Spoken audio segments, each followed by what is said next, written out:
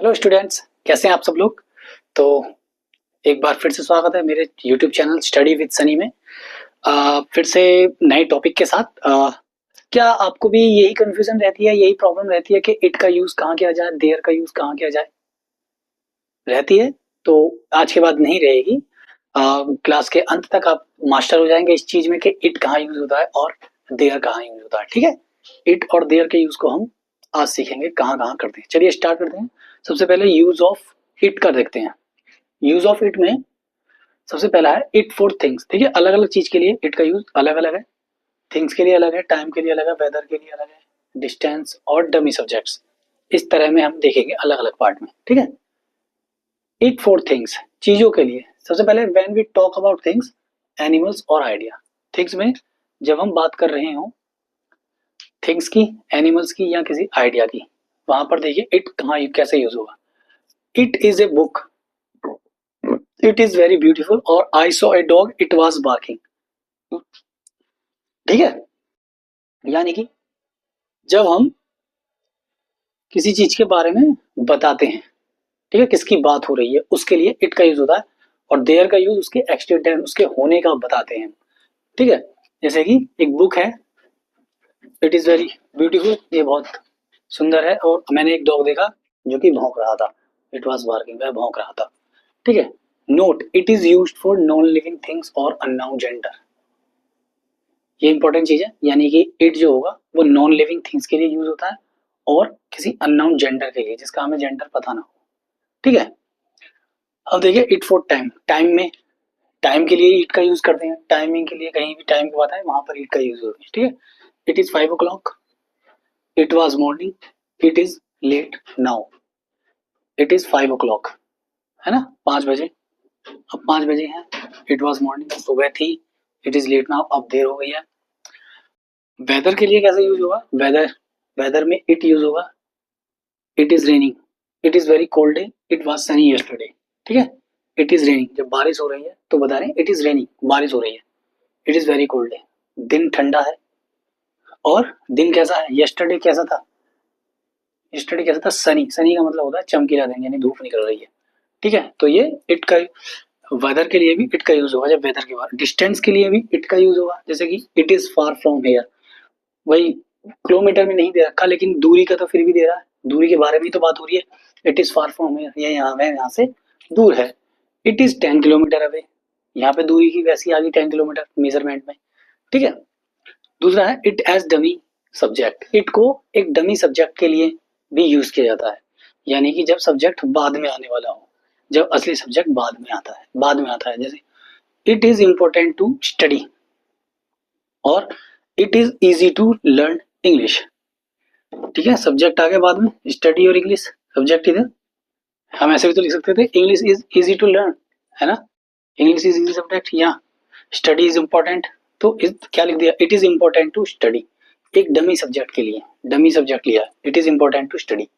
पढ़ना जरूरी है, तैयारी के लिए पढ़ना जरूरी है ना, तैयारी करना जरूरी है और इंग्लिश सीखना आसान है। ठीक है, यहाँ इट सिर्फ सेंटेंस को कंप्लीट करने के लिए यूज होता है। यहाँ पर सेंटेंस जो है इट सिर्फ सेंटेंस को कंप्लीट करने के लिए यूज हुआ है इट का। ठीक है ना, तो अब बारी है यूज ऑफ देयर। देयर का यूज कैसे करते हैं। तो अगर इट का आपने यूज आ गया है, उसके अलावा जो बचा वो देयर का यूज ऐसे कर सकते हैं। देयर, देखिए देयर जो यूज होता है वो existence, there to show existence, किसी चीज का होना दिखाता है देयर। ठीक है, और इट किसी चीज के बारे में बात करता है ना, किसी चीज के बारे में बात करना, वो इट यूज होता है वहां पर। किसी चीज का होना दर्शाना, होना दर्शाता है देयर। ठीक है, जैसे कि there is a book on the table, होना, वहां एक बुक है टेबल पर, वहां टेबल पर एक बुक है, टेबल पर एक बुक है। There are many students in the class, class में बहुत, कई बच्चे हैं, कई बोल दो या अनेक बोल दो, अनेक बच्चे हैं, है ना, होना दर्शाता है स्टूडेंट्स का होना दर्शाता, स्टूडेंट मतलब विद्यार्थी, सॉरी छात्र बोल दो, बच्चे नहीं। There are many students in the class, class में कई या बहुत, बहुत छात्र हैं। Singular and plural rule, singular और प्लूरल रूल में कैसे लगाएंगे, there is a pen, there are 2 pens. Singular हम पेन को देख, पेन के हिसाब से लगाएंगे, ठीक है, जिस चीज के बारे में बात हो रही है। किसी बात का होना, जिसका होना दर्शा रहा है उसी के बारे में। पेन एक है तो देयर के साथ इज लग जाएगा, पेन ज्यादा है तो देयर के साथ आर लग जाएगा, वही सिंपल जो आपको पहले से पता होगा। सिंगुलर में इज लगता है, प्लूरल में आर लगता है देयर के साथ, ठीक है। पास्ट फॉर्म जो होती है यानी पास्ट वाज और वर वाली, था थे थी वाले, ठीक है। देयर वाज ए कार और देयर वर मैनी पीपल, ठीक है। देयर वाज ए कार और देयर वर मैनी पीपल, ज्यादा है तो वर और सिंगल है तो वाज। फ्यूचर फॉर्म में विल भी लगेगा, जैसे कि there will be a meeting tomorrow और there will be rain today, है ना। कल मीटिंग होगी या आज बारिश होगी, होगी गागेगी वाले लगते हैं ना। नेगेटिव सेंटेंस में क्या होगा, देयर के बाद नो लग जाएगा, देयर या हेल्पिंग वर्ब आए उसके बाद there plus helping verb plus no लग जाएगा। जैसे देयर इज नो वाटर या देयर आर नो स्टूडेंट्स, ठीक है। देयर पहले लगता है, बाद में फिर नो लग जाएगा हेल्पिंग वर्ब के बाद। क्वेश्चंस विद देयर, अगर क्वेश्चंस आ रहे हो, क्वेश्चंस वाले सेंटेंस हो तो क्या होगा,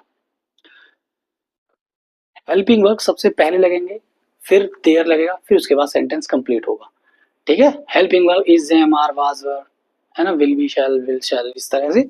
जैसे कि is there a pen, is there a problem, कोई समस्या है क्या, है ना, क्या कोई समस्या है। आर देयर एनी बुक्स, इन दोनों के बारे में यानी इट एंड देयर के बारे में हम लोग डिफरेंस देखेंगे इन दोनों का। अब ज्यादा आपको ज्यादा बेहतर समझ में आ जाएगा थोड़ी इजी वे में। देखिए इट में और देयर में क्या डिफरेंस है, दोनों में क्यों अलग अलग होते हैं। इट जो होता है used for things time weather, it का यूज होता है चीजों के लिए, समय के लिए और मौसम के लिए, ठीक है। There use to show existence, यानी होने का दर्शाता है किसी को, ठीक है, किसी का होना दर्शाता है। एग्जिस्टेंस मतलब मौजूद होना, होना दर्शाता है, होने के बारे में यूज किया जाता है। जैसे आगे देखिए, रेफर्स टू समथिंग, ये किसी को रेफर करता है, किसी चीज के लिए रेफर किया जाता है, ठीक है। इट का यूज किसी चीज के बारे में बात हो रही है उसकी जगह इट का यूज कर लिया जाता है। जैसे पीछे बात आता है सब्जेक्ट बाद में यूज होता है, मेन सब्जेक्ट एक तरह से डमी सब्जेक्ट के लिए यूज होता है, ठीक है। इंट्रोड्यूस समथिंग, ये किसी चीज का इंट्रोड्यूस कराता है, यानी उसके बारे में बताता है कि ये है। जैसे अभी मैंने बताया था मौजूद होना, किसी के बारे में होना, एग्जिस्टेंस के बारे में बताना। जैसे कि एग्जांपल में देखिए, इट इज ए पेन और there is a pen, it लगा इज ए पेन, देयर लगा देयर इज ए पेन। अब इन दोनों में देखिए कंपेयर करते हैं। इट इज ए पेन, यहाँ इट लग गया, इसका मतलब है कि यहाँ पेन की बात हो रही है कि ये एक पेन है, ये एक पेन है, पेन के बारे में बात हो रही है, ये एक पेन है। दूसरा देयर इज ए पेन, यानी पेन के होने की बात हो रही है कि एक पेन है, कि वहां एक पेन है या पेन है, मौजूद होने की बात हो रही है, पेन के होने की, उसके एग्जिस्टेंस की बात हो रही है। देयर इज ए पेन, किसी को आप दिखाओ कि वहां एक पेन है, कि देयर इज ए पेन, वैसे बताओगे तो इट इज ए पेन, ये एक पेन है। वैसे देयर इज ए पेन होने का, होने की वो दिखाता है ना, होने की बात हो रही है। अब सारी चीजें हो चुकी हैं, आई होप कि आपको समझ में आया होगा। अब आप थोड़ा सा प्रैक्टिस के लिए देख लीजिए, कुछ चीजें हैं, 4 ही दी हैं मैंने फिलहाल, अभी आपको वर्कशीट भी दूंगा, वर्कशीट आपको भेज दूंगा मैं, ठीक है। डिस्क्रिप्शन में देख लेना, वर्कशीट भी मिल जाएगी आपको। तो dash is very hot today, dash are many books in the bag, dash is 7 PM now, dash was a dog outside. तो आज के लिए इतना ही। आई होप कि आपको ये वीडियो पसंद आई होगी, आपको समझ में आ गया होगा इट का यूज कहाँ करते हैं और देयर का यूज कहाँ करते हैं। अगर आ गई है वीडियो से आप सेटिस्फाई हैं तो लाइक कीजिए, शेयर कीजिए और सब्सक्राइब जरूर कीजिएगा, ठीक है। सब्सक्राइब करने के साथ साथ आपको कमेंट में लिख देना है, अगर आप सेटिस्फाई हो गए हैं तो I understand the use of it and there, ठीक है। मिलते हैं नेक्स्ट वीडियो में, और पीडीएफ पर भी ध्यान रखना, पीडीएफ वर्कशीट में आपको भेजूंगा। नेक्स्ट वीडियो में मिलते हैं,